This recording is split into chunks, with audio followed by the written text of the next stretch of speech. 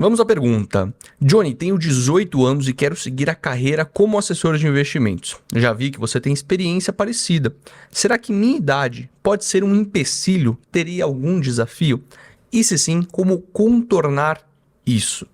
Cara, pergunta perfeita, porque a gente vai falar aqui mais do que só o etarismo, que é o preconceito contra a idade que acontece com os mais novos e principalmente com os mais velhos, mas também vamos falar da profissão de assessor especificamente e os seus preconceitos no geral no mercado. Isso vai ser muito importante para você que quer ser assessor, você que é muito jovem na sua carreira, está engrenando agora, ou você que está no seu começo de sua jornada como assessor, mesmo que foi uma transição de carreira e você não tem uma formação em economia, uma graduação no mercado financeiro, uma pós-graduação, e você ainda não se sente tão autoconfiante para você recomendar investimentos para outra pessoa. Então, eu separei aqui uma resposta para essa pergunta, assim como algumas pequenas dicas de como a gente pode melhorar essa autoconfiança, como a gente deveria se portar como assessor de investimentos. Isso aqui está fundamental, tá? Então, vamos começar aqui exatamente respondendo a pergunta do Alessandro. Primeira coisa que eu queria falar é o contexto do mercado, tá? O mercado financeiro, como vocês já sabem, eu trabalhei por 3 anos no mercado financeiro, não me adaptei, apesar de me encaixar no padrão que é requerido no mercado financeiro, eu tinha de tudo para ser um grande sucesso, né? Acho que e isso eu falo de um lugar de fala muito privilegiado, né? Porque o mercado financeiro não é para pessoas como eu e ela exclui por muitas vezes pessoas diferentes de mim. E eu vi isso na prática. O quanto eu já passei de situações que mulheres, colegas de trabalho passaram por machismo na minha frente e eu tive uma postura muito diferente. Eu tinha uma postura muito intervencionista. Eu falava, eu nunca deixava quieto ou compartilhava numa situação ali. Eu tenho uma postura diferente dos meus valores. Foi até um dos motivos de eu ter saído do mercado financeiro. E eu vejo que eu trabalhei com o mercado de gestores de investimento especificamente, para vocês entenderem um pouco da minha experiência. Eu trabalhei com atendimento ao cliente na Rico, na corretora Rico, que é bem famosa aí, e também que é do Grupo XP. E depois disso eu fui para uma experiência trabalhando na matriz do Safra, que fica lá o prédio na Avenida Paulista, aqui em São Paulo. E eu trabalhei especificamente no projeto de criação para os escritórios de investimento, de assessores de investimentos autônomos do Safra, para competir com a XP. Então, na XP, eu atuei com atendimento ao cliente, depois passei para assessoria de clientes, onde eu estava ali na batalha, ligando, prospectando, assessorando, criando carteira. E depois eu fui para uma parte mais de back-office, que é a parte mais operacional, criar o projeto, uma área mais estratégica e também muito operacional. Eu suportava todos os assessores de investimentos do Safra, então tenho muito conhecimento do mercado. E eu comecei a reparar duas coisas. Primeiro, que os assessores não têm tanta autonomia quanto está no nome de assessor autônomo, e também os preconceitos advindos da área de assessor de investimentos. E eu quero citar um livro para vocês que é fundamental, esse livro para quem quer ser assessor. É o livro de um cara, um dos poucos caras que criam conteúdo de finanças que eu respeito, que é Eduardo Amuri. Ele trabalha com esse processo de planejadores financeiros e ele, junto com uma assessoria, ele fez um livro, é um livro de assessoria de investimentos, que é realmente para planejadores financeiros lerem. E nesse livro é um estudo que eles fizeram, uma pesquisa com acho que mais de 3 mil pessoas, não lembro exatamente o número na minha cabeça. E essa pesquisa tinha vários insights para você, como se portar como assessor de investimentos, como que as pessoas percebiam a profissão de assessor de investimentos. E eu lembro que logo nas primeiras páginas já tem algumas estatísticas que mostram como que um assessor deveria se vestir, deveria se portar, se ele deveria ser mais rico que o investidor, se ele deveria ter mais conhecimento na área, ou se ele deveria ser mais velho, mais jovem. Então, vale muito a pena. E realmente uma profissão em que a sua imagem é muito importante. Onde o celular que você tem, inclusive esse adesivo aqui é o adesivo novo do canal, do logo do canal, mas o assessor, a roupa que você veste, o celular que você anda, o jeito que você se porta, é relevante para você transmitir uma imagem de profissionalismo para a pessoa. Porque eu digo que o assessor de investimentos é como se fosse um médico do dinheiro. Então, a pessoa tem que ter tanta confiança em você quanto ela tem no médico. E nesses fatores de você gerar confiança na pessoa, tem diversos fatores ali que influenciam, como a vestimenta e como também a idade. que foi a pergunta do Alessandro aqui dentro. A idade atrapalha um assessor de investimentos? E eu vou te falar da minha experiência um pouco, e eu vou entrar uma parte mais conceitual depois. Da minha experiência, na época que eu assessorei, realmente ligava para a pessoa, realmente entrava em contato com a pessoa, foi sempre por telefone ou por e-mail, mas 90% das vezes por telefone. Então eu ligava para o cliente, prospectava, perguntava, fazia toda a análise prévia da pessoa para trazer dinheiro para a corretora. Então eu nunca tive um contato pessoal e nunca tive um contato em vídeo com a pessoa. Então, isso evitou que a pessoa me visse e criasse uma construção da minha imagem. O que eu queria, antes de falar de tudo aqui, tá?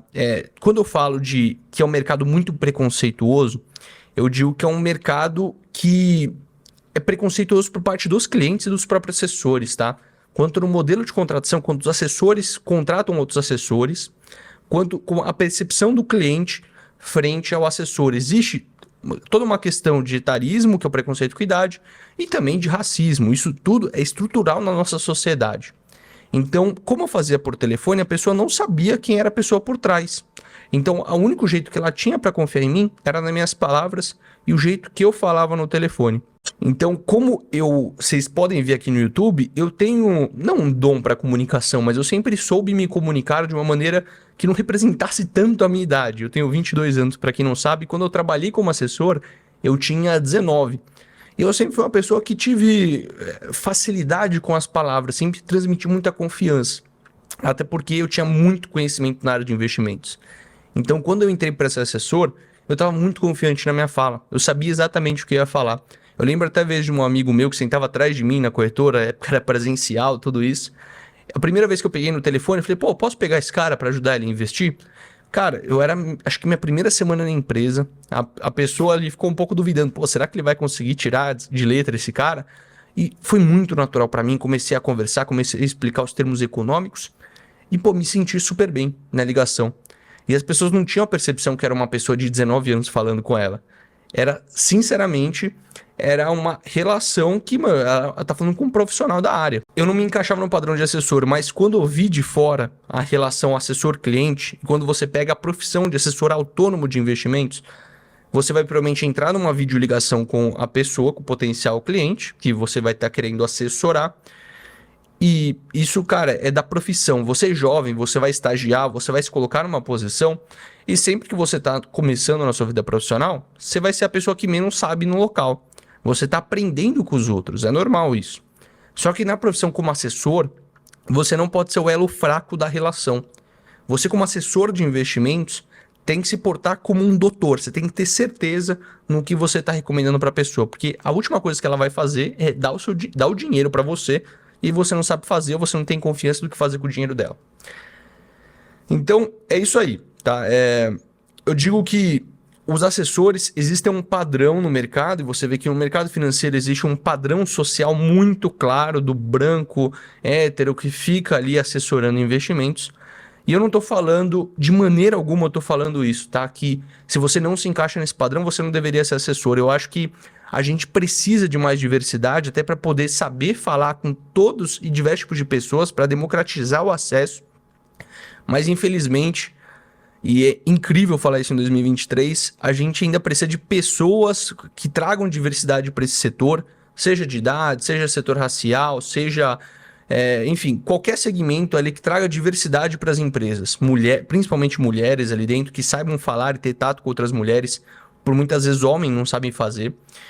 E é preciso ainda, em 2023, por incrível que pareça, pessoas para romper essas barreiras que nem deveriam existir de primeira no mercado financeiro, mas ainda assim existem. Muito menos do que no passado, um pouco menos, mas é impressionante que ainda precisa existir esse tipo de romper barreiras. Não é um mercado totalmente aberto que você vai conseguir ser bem sucedido sendo quem você é. Às vezes a gente tem que botar uma máscara corporativa e isso é bizarro, bizarro. Então, mas enfim, quem sou eu para dar dica de luta social? Eu que nunca participei de nada disso e nunca tive a necessidade. Eu só via no olhar das outras pessoas, relatos, e é muito triste falar isso, tá? Enfim. Mas, voltando para a questão, agora eu vou focar só na função do etarismo, do preconceito contra o jovem ou velho que está dando uma recomendação de investimentos para outra pessoa, você que quer ser assessor de investimentos. Eu focaria no começo, pelo menos nas suas primeiras ligações, até para você começar a assessorar as pessoas e ganhar confiança no seu pitch de vendas. Pitch de vendas, para quem não sabe, é como se fosse você se vender pela primeira vez, a sua primeira fala que vai convencer a pessoa a comprar. Tenta fazer por ligação, sem a pessoa ver sua imagem. Onde você pode estar super nervoso ali, mas, cara, na ligação a pessoa não vai estar vendo seu rosto. Você pode estar tremendo, suando frio, mas se você transmitir o seu tom de voz claro e certeiro, assertivo, tá ótimo. E depois você tem que desenvolver um senso de maturidade. Eu acho uma coisa que os jovens hoje fazem muito mal é colocar responsabilidade nos ombros. Eu acho que isso é uma coisa que eu fiz desde jovem. Eu sempre falei, cara, se eu errar, pum, vou botar isso no meu ombro, é minha responsabilidade, mas eu vou fazer do jeito que eu achar que eu tenho que fazer. Então eu sempre tive isso. E o nível de confiança e conhecimento na área é bom. Então, quanto mais aprofundado você está na área, com mais conhecimento, melhor você vai conseguir. Se você misturar tudo isso, você vai conseguir ser um pouco mais assertivo e mais confiante numa ligação. Então, cara, uma coisa que eu fiz muito, até uma dica meio doida que eu vou falar para vocês, mas quando eu prospectava de clientes, ligação fria mesmo, a primeira vez que você liga para um cliente, ele nem te conhece, eu fingia que eu era um ator. Eu sabia que o cara não ia comprar porque eu não estava ainda muito bem azeitado nos processos. Então eu fingia que eu falava que eu era outro nome. Prazer, eu sou o Felipe, o Rodrigo, o Alessandro, enfim. Eu inventava ser outra pessoa porque, cara, eu nunca vou ver aquela pessoa na minha vida. Ela não vai nem saber meu nome, então eu posso errar aqui. Então eram as primeiras ligações só para eu ganhar confiança no que eu estava falando.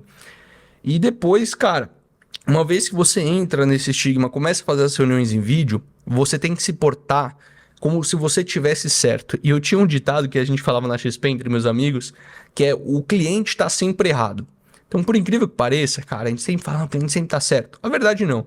Às vezes, nas vendas, principalmente, a gente tem que pegar na mão do cliente e levar ele passo a passo para onde ele quer comprar, para onde a gente quer ajudar ele a investir melhor.